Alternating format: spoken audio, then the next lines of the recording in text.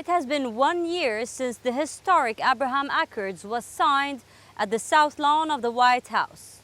It was supposed to be the dawn of a new West Asia. But 12 months later, what have the normalization deals achieved? For decades, Arab nations had a three-nose policy. No peace with Israel, no recognition of Israel, and no negotiations with Israel. It had been almost 30 years since Israel established relations with an Arab neighbor. But last year, winds of change were blowing in West Asia. Israel made new friends, and Arab ones at that. The United Arab Emirates, Bahrain, the Sudan, and Morocco.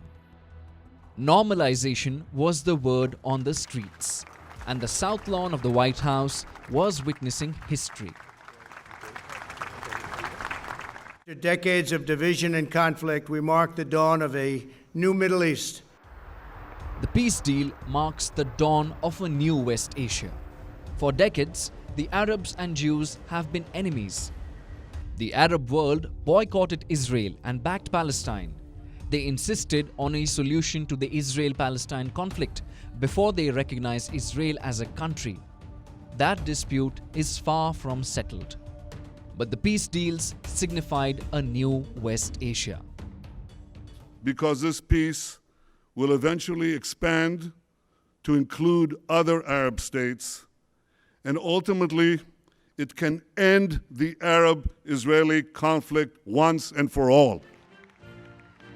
For Trump, it was a foreign policy win like no other.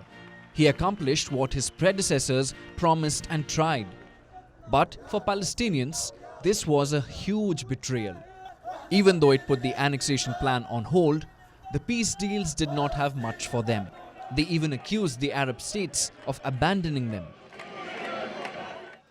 A year later, the economic benefits have come quickly for both the United Arab Emirates and Israel. Foreign Minister Yair Lapid made a landmark visit to the UAE in July, opening an embassy in Abu Dhabi and a consulate in Dubai, while the UAE established an embassy in Tel Aviv. In just 1 year, Israel reported over $750 million in trade with the UAE. Over 25 agreements have been signed in over 15 sectors. Israel's finance ministry expects business to reach $1 billion by the end of 2021 and $6.5 billion by 2025. As for Bahrain, several collaborations have been announced. In January 2021, the National Bank of Bahrain signed MOUs with Israeli banks. Good afternoon, Your Excellency. In March, Bahrain signed a $3 million agreement with Mekorot to share knowledge and technologies. These are big deals and big numbers. But what does it mean for the region? The Abraham Accords came with the promise of peace. But the recent Gaza conflict has many questioning that claim.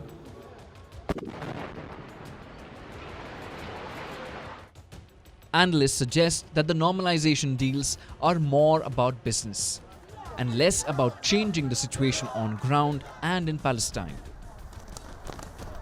As for who will join the deal next, all eyes remain on Saudi Arabia. For years, Riyadh has settled on one position.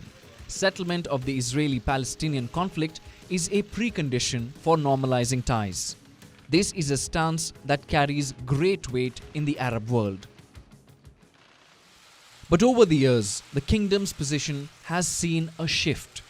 This shift was spearheaded by Prince Mohammed bin Salman. However, the Israel move could be his biggest test so far, and Saudi Arabia seems to be in no hurry. Any normalization efforts will not be without a backlash, and it is likely to reignite criticism amid Palestinians. West Asia could witness more peace deals in the future. But the question remains, will it bring peace to the region? West Asia Bureau, WION World is One.